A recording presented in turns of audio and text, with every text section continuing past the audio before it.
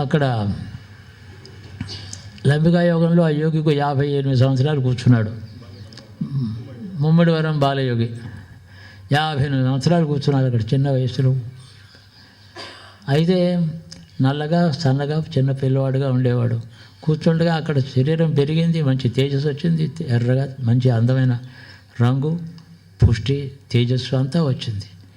శరీరం పెరుగుతున్నది, ప్రాణం ఉంది అందులో పెరుగుతుంది. ఆహారం మీద ఆధారపడకుండా శరీరం పెరిగింది. రహస్యంగా తింటున్నాడు ఇట్టాన్ని వాళ్ళు చెప్పకూడదు.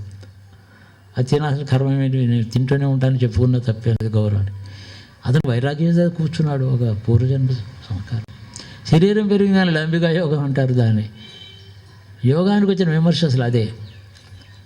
ఇంద్రియ కార్యములన్నీ కూడా నిగ్రహించావు, కానీ నువ్వు చేస్తున్నది ఏమిటని, నిగ్రహించి నువ్వు తర్వాత చేస్తున్నది ఏమిటి అంటే, అందుకని సబీజ సమాధి, నిర్బీజ సమాధి ఇవన్నీ కూడా యోగంలో చాలా చెప్పి చేశారు. యోగాన్ని బాగా సమర్థించారు. కైవల్యం అంటే చిత్తాన్ని పూర్తిగా శాశ్వతంగా నిబంధించడమే. చిత్తవృత్తిని చిత్తవృత్తి చిత్తం పని చేయకుండా